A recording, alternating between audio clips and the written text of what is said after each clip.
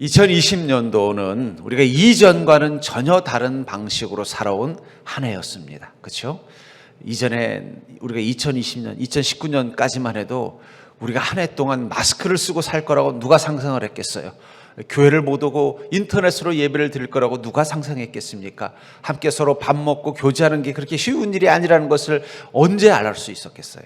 한 번도 우리가 경험해 보지 못했던 한 해를 우리는 살아오면서 다른 방식으로 사는 삶을 살 수밖에 없었습니다. 그리고 저는 그 2020년도가 우리에게 주는 또 하나의 교훈은 뭐냐면 우리는 저런 시간을 통과할 때도 있다는 거죠. 2020년도가 우리가 한 번도 생각하지 못했던 방식으로 살아야 했던 그 시간이라면은 우리 인생 가운데서 그런 경험들을 또 할 수 있는 것이고 또 해야 될 때가 있다는 것이고 또 다른 형태지만 익숙하지 않은 삶의 방식으로 살아야 되는 또 한 해를 맞이할 수도 있다는 것이죠. 특별히 2020년도는 우리 교회와 그리스도인들에게 영적으로 많이 힘든 시간들이었습니다. 주님을 만나는 것이 쉽지 않았으며 또 교회들이 세상으로부터 더 많은 어떤 공격의 대상이 되기도 했고 우리는 우리 스스로도 영적인 싸움 가운데 지치고 힘든 시간들을 보내야 했습니다. 그럼에도 불구하고 우리는 2020년도도 여전히 성령의 사람으로 주님과 함께 동행하며 살았습니다. 2019년도가 그랬던 것처럼 2018년도에도 그랬던 것처럼 우리는 2020년도 이전에는 경험해보지 못한 방식으로 살아했던 그 시간들, 영적으로 모든 게 다운되고 지치고 힘들 수밖에 없는 그 시간 한가운데서도 우리는 성령님과 함께 동행하며 한 걸음 한 걸음 365일을 살아왔다는 것입니다. 여러분들 인생을 살다 보면 꽃길도 있지만 가시밭길도 있는 거예요. 어떻게 어떤 인생이 꽃길만 걸을 수 있겠습니까? 여러분들 주변에 혹시 꽃길만 걷다가 살아오신 분 있으면 저 좀 한번 만나게 해 주십시오. 저도 그런 인생은 도대체 어떤 인생인지 한번 보고 싶어요. 하지만 제가 만나본 모든 인생은요, 꽃길만 걷지 않았다는 거예요. 가시밭길도 걸을 때가 있었다는 거예요. 남들이 보기에는 저분은 인생 꽃길만 걸으셨어 라고 생각하는 그분도 깊게 만나보면 남들에게 말할 수 없는 그 상체기가 몸 구석구석에 배어있는 가시밭길의 힘든 시간들을 통과하고 있었다는 것입니다. 그리스도인도 예외가 아니겠죠. 우리가 하나님과 함께 동행한다고 해서 늘 꽃길만 걷지는 않습니다. 때로는 가시밭길도 걸어야 될 때가 있다는 거예요. 아무리 믿음이 좋아도 아무리 성령님의 은혜가 내 삶 가운데 있어도 우리는 가시밭길을 걸어야 될 때도 있다는 것이죠. 그러나 중요한 건 우리가 여전히 성령의 사람으로 성령님과 함께 동행하는 삶을 살고 있다는 것일 것입니다. 오늘 본문에 이 바울은 지금까지 선교의 영광의 길을 걸어왔어요. 예수님 만난 뒤로 바울 목사님은 복음을 전하는 자로서 선교사로서 위대한 일들과 업적들을 남기면서 지금까지 살아왔습니다. 교회를 세우는 일들은 놀라운 일들이 나타났고 이적이 나타났고 행하는 모든 일들마다 놀라운 결과들이 있었고 수많은 제자들을 거느린 위대한 선교사, 위대한 목회자, 위대한 사도의 길을 걸어왔어요. 지금까지 바울은 꽃길을 걸어온 것입니다. 근데 이제 예루살렘을 향해 가는 이 사건부터 그는 이제는 선교의 영광의 길이 아니라 순교의 고난의 길을 걷기 시작하는 때가 왔다는 거예요. 바울 목사님이 믿음이 없어서 그런 게 아니에요. 그에게도 꽃길이 있고 가시밭길이 있는 거예요. 선교의 영광의 길을 겪고 왔다면 이제 21절부터는 순교의 고난의 길을 걸어가야 되는 시간들이 바울 목사님의 삶 가운데 있었다는 것입니다. 그럼에도 불구하고 그는 그 고난의 길마저도 성령님과 함께 동행하면서 나아갔던 온전한 성령의 사람이었다는 것입니다. 그렇다면 우리 인생에 피할 수 없는 가시밭길, 우리도 경험할 수 있는 그 가시밭길 앞에서 우리가 성령님과 함께 경험하는 그 고난은 어떤 모습일까요?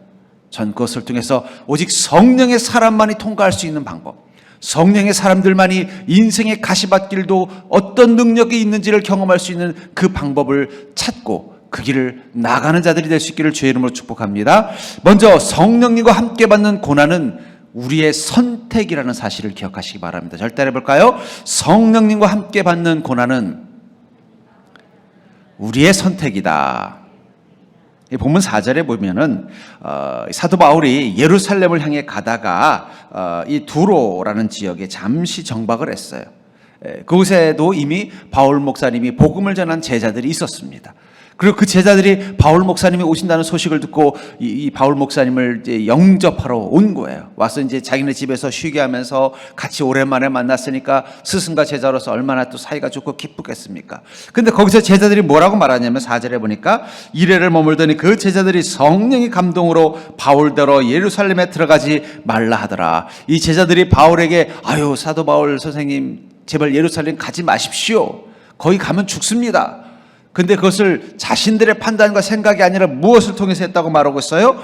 성령의 감동으로 했다는 거예요. 지금 바울 목사님이 예루살렘에 왜 가는 거예요? 성령께서 그 마음을 주셨기 때문이에요. 그런데 또 제자들을 통해서 성령이 뭐라고 말씀하신다는 거예요? 가지 말라고 말씀하신다는 거예요. 이거 어떻게 된 겁니까? 성령님은 가란 얘기인가요? 가지 말란 얘기인가요? 성령께서 이중 플레이를 쓰신 건가요? 아니면 성령께서 하신 말씀이 바울 목사님이 한 건 진짜 성령님이고 이 제자들에게 한 건 가짜 성령님인가요? 저는 아니라고 봅니다. 제자들에게도 성령님의 감동이 있었고 사도 바울에게도 성령님의 감동이 있었어요. 근데 제자들을 통해서 성령님은 뭐라고 말씀하셨어요? 거기 가면 죽는다. 바울 목사님에게 성령님은 뭐라고 그랬을까요? 가야 한다. 왜 이런 일이 일어났을까요? 왜냐하면 성령님은 그 고난의 길에 선택권을 바울 목사님에게 준 것입니다. 너 그래도 가겠니? 너 가야 돼가 아니라 바울 너 예루살렘 가면은 고난을 당한다. 너 그래도 가겠니? 성령님이 그렇게 말했더니 아이고 뭐 제가 사나 죽으나 주님을 위해서 하는 건데 주님의 영광을 위해서 제가 가서 죽는다고 해서 저는 하나도 아깝지 않습니다 하고 가더라는 거예요. 그래도 성령님 마음이 어때요? 아이고 바울이 고생할 걸 생각하니까 마음이 아프니까 또 제자들 시켜서 야 바울들에게 한 번 더 얘기해봐라. 꼭 그래도 가야 되겠니? 한 번 더 얘기해봐라 하면서 성령님이 제자들에게 시킨 거예요. 왜 그랬을까요? 그게 바로 성령님이 우리와 함께 하시는 방법이에요. 제가 어느 TV를 봤더니 그 대장장이지 어떤 하시는 일을 하시는 분이에요. 그래서 대장장이 일을 하는 보니까는 막 극한 직업 그런 거잖아요. 막 그냥 뜨거운 불 앞에서 막 그냥 한여름에도 막 땀띠가 날 정도로 열심히 막 그 풀무불을 막 해가지고 하고 하는데 그 옆에 젊은 친구가 있어요. 그래서 젊은 친구가 누구냐 그랬더니 자기 아들이라는 거예요. 그래서 아이고 이 녀석이 나는 이 일 하기를 원치 않았는데 아버지의 그 가업을 잊겠다고 저 고생을 하네요. 근데 저를 그 모습을 보면서 딱 이해가 되더라고요. 아들이 자기 뒤를 이어서 대장장이가 되겠다고 옆에서 막 뜨거운 불 앞에서 막 망치질을 하고 막 그 무거운 채를 하다가 다치기도 하면은 아버지 입장에서는 어떤 마음이겠어요? 두 가지 마음인 거예요. 이 녀석이 아버지 뒤를 이어서 이 가업을 이으려고 아버지를 배우려고 이렇게 하는 거란 게 이쁘면서도 아이고 나도 이것 때문에 그렇게 고생을 했는데 너도 그 고생을 해야 되겠니? 이 두 가지 마음이 같이 있다는 거예요. 그게 사랑이죠. 성령께서는요 우리가 하나님의 은혜와 영광을 누릴 때는 함께 기뻐하십니다. 그리고 하나님의 영광을 위해서 함께 고난의 길을 갈 때는요 하나님은 대견하면서도 마음이 아프신 거예요. 그래서 어떻게 하는 거예요? 너 그래도 가겠니? 한 번 더 생각해 봐라. 근데 바울 목사님은 뭐라고 말합니까? 로마서 8장 17절에 보면 이렇게 말하고 있습니다. 자녀이면 또한 상속자 곧 하나님의 상속자요 그리스도와 함께한 상속자니 우리가 그와 함께 영광을 받기 위하여 고난도 함께 받아야 할 것이니라. 뭐라고 말하고 있어요? 나는 주님과 함께 영광을 받기 위해서 고난도 함께 받는 일을 선택하겠다는 거예요. 여러분 하나님은 여러분들이 고생하기를 원하지 않습니다. 고난받기를 원하지 않아요. 그게 주님의 영광을 위해서든 주님의 말씀을 따라 살기를 원하든 원하지 않아요. 여러분들에게 선택권을 줬다는 거예요. 나와 함께 영광을 받기 위해 나와 함께 그 고난의 길도 가겠니? 그래도 가겠니? 대견하면서도 안쓰러운 마음. 그게 고난길에 있는 우리를 향한 하나님의 마음이라는 거예요. 저는 그것이 진정한 사랑이라고 생각합니다. 여러분 사랑이라는 것은요 인격적 관계이고 사랑의 인격적 관계에서 가장 중요한 건 뭐냐면 사랑은 지배와 조종이 아니라 기대와 존중입니다. 부모가 자식을 사랑한다고 하면서 부모가 자식을 조종하고 지배한다면 그건 사랑인가요? 아닌가요? 그건 사랑이 아니에요. 어떤 부모는요 자기 자식을 사랑한다면서 어떻게 해요? 지배와 조종을 하려고 그래요. 철저히 자기 생각대로 다 큰 어른인데도 자기가 생각하는 대로 하도록 막 강요하고 그걸 위해서 막 조종해요. 회유도 하고 협박도 하고 때로는요 막 말도 안 되는 막 거짓말도 해가지고 자식이 자기 품에서 못 벗어나게 만들려고 막 하는 부모도 있어요. 우리는 그것을 사랑이라고 생각하지 않는다는 거예요. 사랑은요 지배와 조종이 아니라 기대와 존중이죠. 어떤 기대요? 나보다 더 나은 삶을 살기를 기대하는 마음. 그러나 선택은 본인이 하도록 놔둘 줄 아는 것. 설령 그것이 부모의 기대와는 벗어나는 선택을 하더라도 그것을 어떻게 해요? 안타까워하면서 기다리는 것. 그게 사랑이죠. 그렇잖아요. 하나님도 마찬가지라는 거예요. 하나님께서는 우리가 은혜를 선택하듯이 고난도 선택하기를 기다리십니다. 강요하지 않는다는 거예요. 여러분들 아유 나 주님 받는 고난 받고 싶지 않습니다 하면은 안 받으셔도 돼요. 안 받으셔도 돼요. 하나님 강요하지 않아요. 전 절대 이 고난의 곧자만 나오다 거기 가기 싫어요. 그러면 안 가셔도 돼요. 하나님 멱살 끌고 가지 않는다는 거예요. 또 가고 싶으면 가고 가기 싫으면 안 가도 된다. 선택을 우리에게 주신다는 거예요. 근데 우리가 왜 그 고난을 선택할까요? 하나님께서 나를 사랑하듯 우리도 하나님을 사랑하기 때문이에요. 하나님이 나를 사랑하셔서 독생자 예수님을 우리를 위하여 십자가의 고난을 당하게 하신 것처럼 우리도 그분을 사랑하기 때문에 그분이 하는 그 위대한 일에 작은 도구가 되기 위해서 예루살렘을 향해 가는 자가 된다는 거예요. 로마서 8장 17절 우리가 그와 함께 영광을 받기 위하여 고난도 함께 받아야 하지 않겠니? 어쩌면 이것은 바울 목사님이 예루살렘을 향해 가는 그 제자들을 향해 한 말과 동일할지도 모르겠어요. 우리가 자녀이면 또한 상속자, 하나님의 상속자요 그리스도와 함께한 상속자니 우리가 예수님과 함께 영광을 받기 위해서 고난도 함께 받아야 되지 않겠니? 그러니 내가 예루살렘에 가는 것은 너무나 당연한 것이다. 우리가 왜 성령님과 함께 고난의 길을 가야 되는가? 그것은 우리가 하나님의 자녀이기 때문입니다. 우리가 그분을 사랑하기 때문이에요. 그분이 행하는 그 위대한 일에 그 가업을 잇는 상속자가 되기 위해서 우리는 고난을 향해 성령과 함께 가기로 선택하는 거예요. 그러니까 여러분들은 결정하시면 됩니다. 아유, 나 못 가겠어요. 하면 안 가셔도 하나님 성령님께서 속은 상하시지만 그래도 괜찮다 하실 거예요. 그러나 정말 내가 주님을 너무너무 사랑하시고 그리고 주님의 가는 그 길이 고난의 길을 통과해야 되는 시간인데 나도 거기 가서 주님과 함께 해야 되겠다고 결단이 있다면요 그 시간을 도망가지 마시고 성령님과 함께 갈 수 있는 믿음이 있기를 주의 이름으로 축복합니다. 그렇게 성령님과 함께 고난을 선택하기로 결단했을 때 그 고난마저도 영광으로 생각하는 믿음만이 그 고난의 길을 선택할 수 있다는 거예요. 고난마저도 영광으로 생각하는 믿음을 가진 사람만이 성령님과 함께 가는 고난의 길을 선택할 수 있는 것입니다. 사도행전 20장 23절에 보면은 오직 성령이 각 성에게 내게 증언하여 결박과 환난이 나를 기다린다 하시나 성령님께서 한 번만 이 두로에 있는 제자들에게 한 것이 아니라 계속해서 어떻게 해요? 각 성에서 내게 증언 가는 곳마다 어땠다는 거예요? 아이고 거기 가면 결박과 환난이 기다리고 있습니다. 성령님이 계속 제자들을 통해서 다른 그리스도인들을 통해서 바울 목사님에게 예언을 하고 말씀해 줬다는 거예요. 내가 달려갈 길과 주 예수께 받은 사명 곧 하나님의 은혜의 복음을 증언하는 일을 마치려 하면은 나의 생명조차 조금도 귀한 것으로 여기지 아니하노라. 그런 말을 들었음에도 불구하고 그것을 향해 갈 수 있었던 것은 주의 은혜의 복음을 증언하는 일을 마치기 위해서는 어떻게 해요? 내 생명조차 조금도 귀하게 여기지 않는 마음이 있었기 때문에 갔다는 거예요. 고난마저도 영광으로 생각하는 믿음이 있었기 때문에 그는 고난의 길을 선택했다는 것입니다. 우리가 예수님을 안다, 하나님을 안다는 것 같은 것을 아는 것 같지만 모두가 다 아는 것은 아니에요.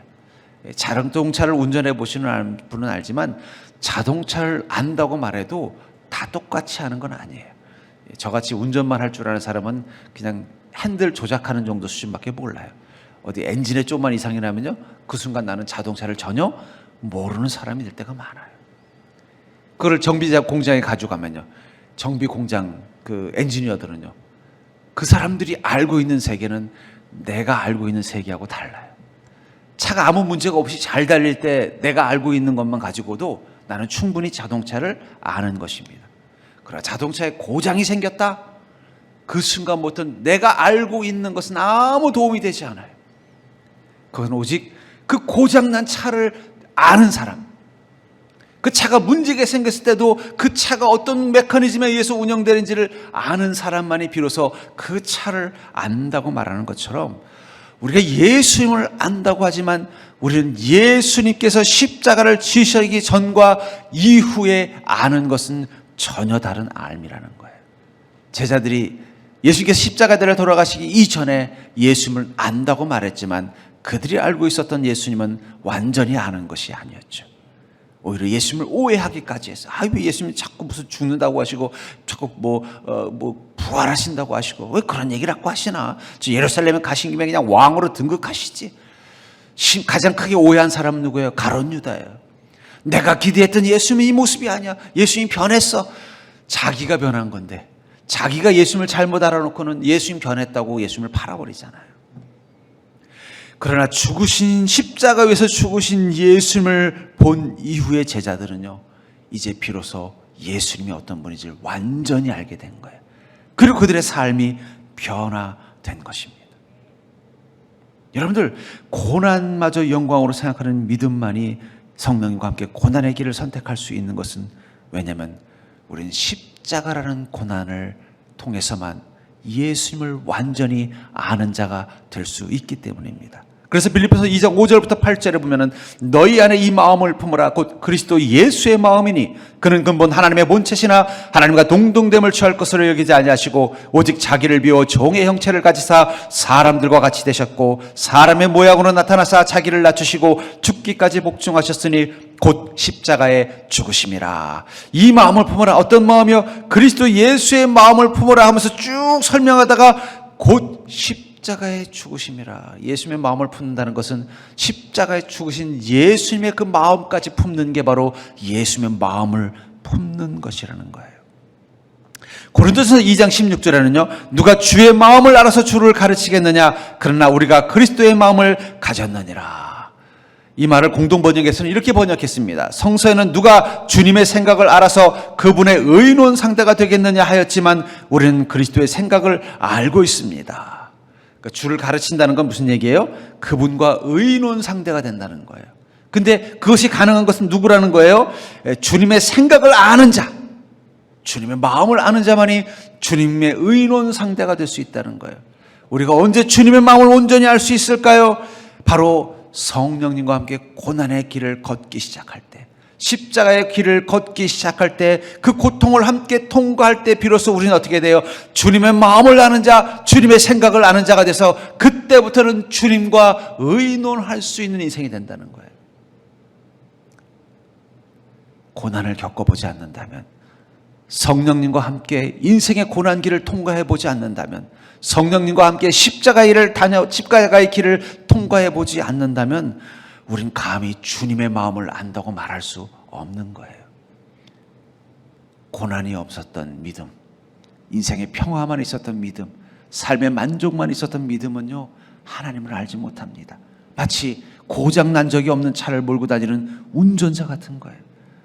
저도 차를 벌써 20년 넘게 이 드라이버로 살아보니까 제가 이 차에 대한 지식이 늘어날 때는 언제인 줄 아세요? 차가 고장날 때예요.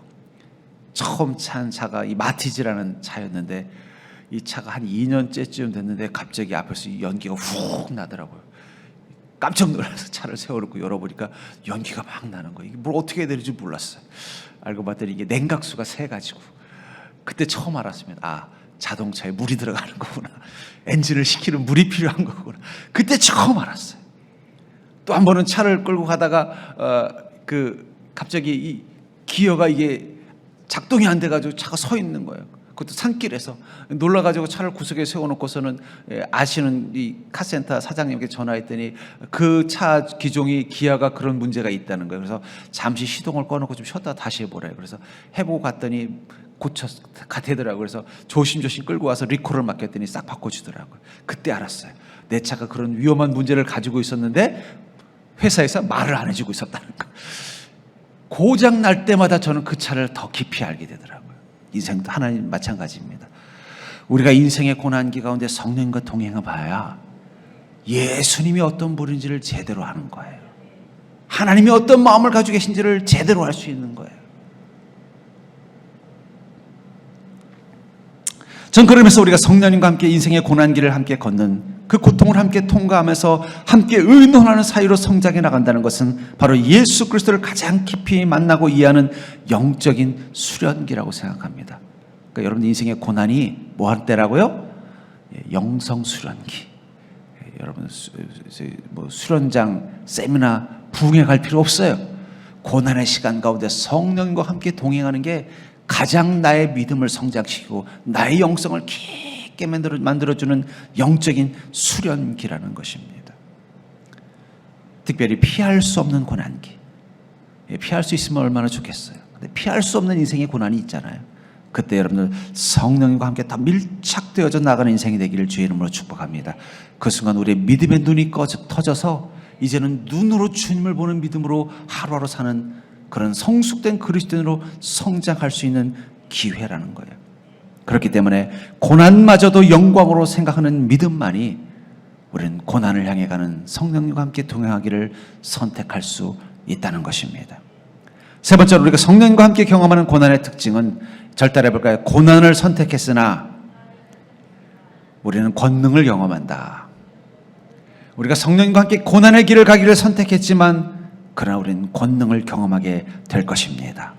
사도행전 26장 27절부터 32절에 보면은 바울 목사님이 예루살렘으로 갔어요. 아니나 다를까 바울 목사님을 미워하던 유대 지도자들이 그를 강제로 잡아서 재판에 넘깁니다. 재판에 넘겼는데 자기들이 생각했던 대로 되지 않는 거예요. 그래서 어찌어찌 해가지고 마침 바울 목사님 뜻이 로마 시민권자이기 때문에 함부로 재판을 할 수 없어서 이제는 그 유대 왕이었던 헤롯 아그리파, 헤롯 대왕의 4대 손인 헤롯 아그리파 앞에서 재판을 받게까지 되었어요. 그 장면을 이렇게 말하고 있습니다. 아그리파 왕이여 선지자를 믿으시나이까? 믿으시는 줄 아나이다. 아그리파가 바울에게 이르되 내가 적은 말로 나를 권하여 그리스도인이 되게 하려 하는도다. 바울이 이르되 말이 적으나 많으나 당신뿐만 아니라 오늘 내 말을 듣는 모든 사람도 다 이렇게 결박된 것 외에는 나와 같이 되기를 하나님께 원하나이다 하니라. 왕과 총독과 버니게와 그와 함께 앉은 사람들이 다 일어나서 이 왕과 총독과 버니게는 그 당시 유대를 사회를 다스리던 제일 높은 지위에 있었던 사람들이에요. 지금 우리나라로 치면 대통령, 또 국무총리, 그리고 어디 뭐 국회의장 이런 사람들이란 얘기예요. 다 일어나서 물러가 서로 말하되 이 사람은 사형이나 결박을 당할 만한 행위가 없다 하더라. 어떻게 됐어요? 로마의 유대 제사장들은 바울 목사님을 어떻게든지 걸어가지고 이 재판을 하거나 감옥에 집어넣으려고 하는데 그 사회 최고의 지도자들이 바울 목사님을 되게 복음을 듣고 나서는 뭐라고 말하는 거예요? 아, 이 사람은 죄가 하나도 없는데? 죄가 없네. 누구의 마음을 움직인 거예요? 그날의 제일 높은 사람들의 마음을 움직였다는 거예요. 바울 목사님이 아무리 교회에서는 유명한 선교사라도 어떻게 이 로마의 왕, 유대의 왕, 유대의 총독, 유대 최고의 지도자들을 만나볼 수 있겠어요?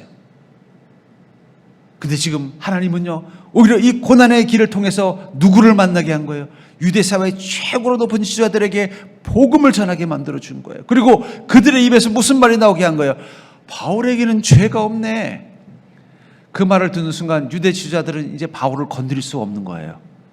왜냐하면 제일 높은 사람들이 어떻게 한 거예요? 아, 이 사람은 죄가 없다.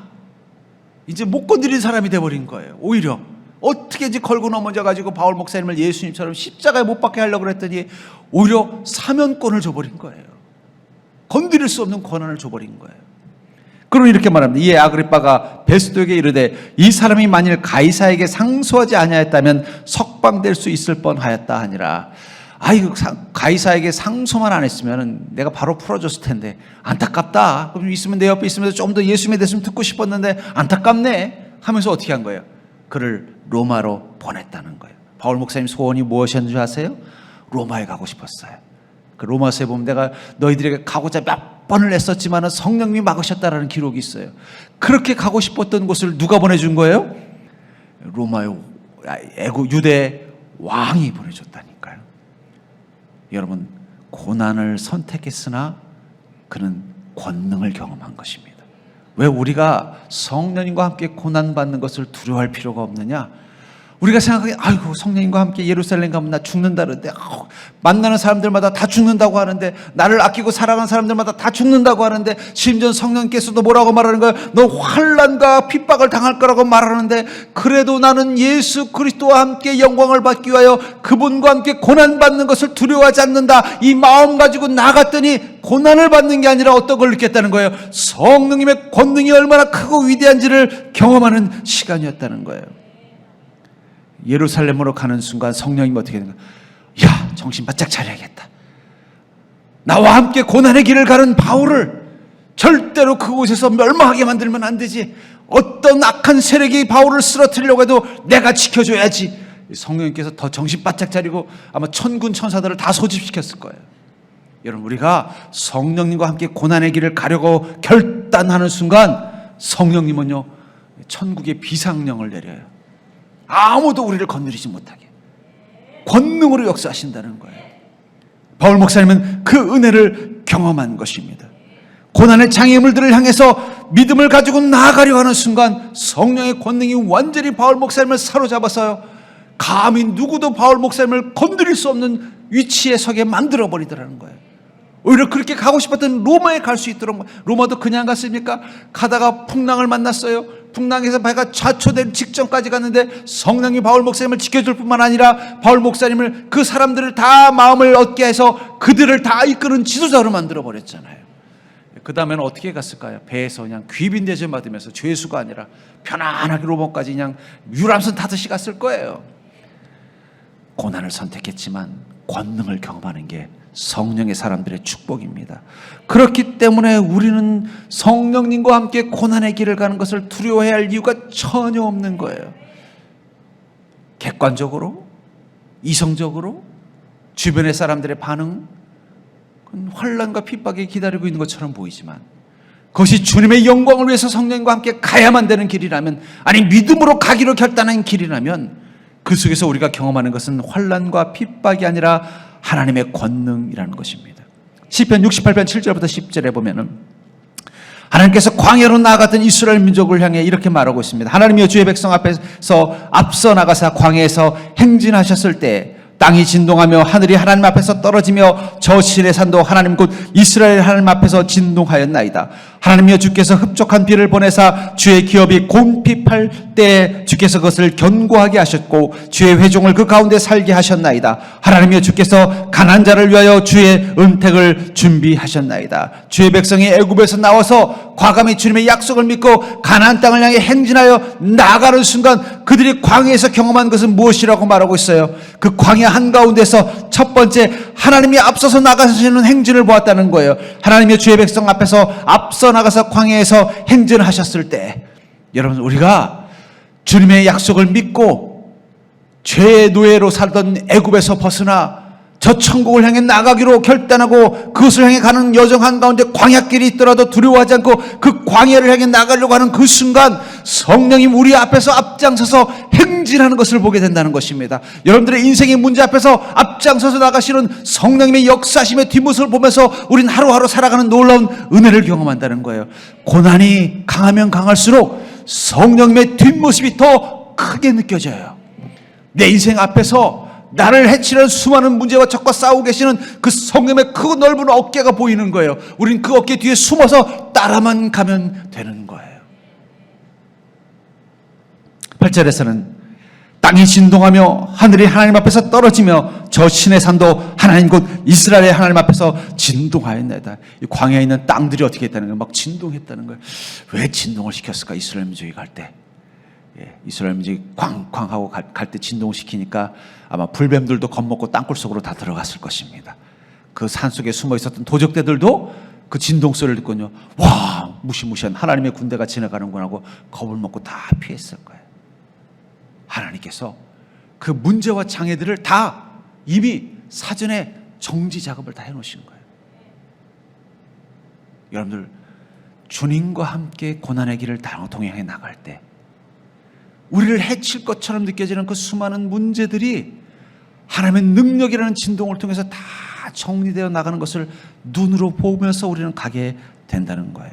9절과 10절은요. 하나님의 주께서 흡족한 비를 보내사 주의 기업이 곤핍할 때 주께서 그것을 견고하게 하셨고 주의 회중을 그 가운데 살게 하셨나이다. 하나님의 주께서 가난한 자를 위하여 주의 은택을 준비하셨나이다. 이 광야의 고난, 가난함이라는 건 무엇입니까? 이 광야의 목마름과 배고픔을 뜻하는 거예요. 주님께서 거기에 무엇을 준비하셨다고요? 은택을 준비하셨다는 거예요. 목마름을 채울 비, 굶주림을 채울 수 있는 만나, 하나님의 그 모든 것들을 다 베풀어 주셨다는 것. 광야의 길, 그것에 하나님의 은혜가 충만한 것을 보게 되는 것, 그게 바로 성령님과 함께 인생의 광야를 함께 통과하는 자들에게 주어지는 축복이라는 것입니다. 세상이 어떻게 변화되든 어떤 시간이 오든 우리가 성령님과 함께 동행한다면 여러분들 두려움이 없는 자가 되기를 주의 이름으로 축복합니다. 어떻게 바울 목사님은 주변에서 큰일 난다고 말하는데도 두려움 없이 담대하게 그 예루살렘을 향해 갔을 뿐만 아니라 예루살렘에서 기다리고 있었던 이 유대인들, 이 교회의 적들이었던 유대 지도자들 앞에서도 두려움 없이 당당하게 복음을 전했을 뿐만 아니라 심지어는 자신의 생명의 목줄을 쥐고 있는 그 나라의 제일 높은 지도자들, 왕들과 총독 앞에서도 복음을 당당하게 전할 수 있었던 비결은 무엇일까요? 그것은 그들보다 높으시고 그들보다 강하신 성령님이 바울 목사님 옆에 서 계셨기 때문이라는 거예요.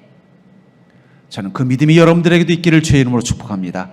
인생의 꽃길을 가든 광야길을 가든 인생의 꽃길을 가든 가시밭길을 가든 인생이 내가 원하지 않든 2020년도 같이 코로나와 같은 또 다른 문제와 같은 가시밭길이 펼쳐져 있을지라도 두려워하지 않는 자가 되기를 주의 이름으로 축복합니다. 오직 우리는 성령님과 함께만 가면 된다는 거예요.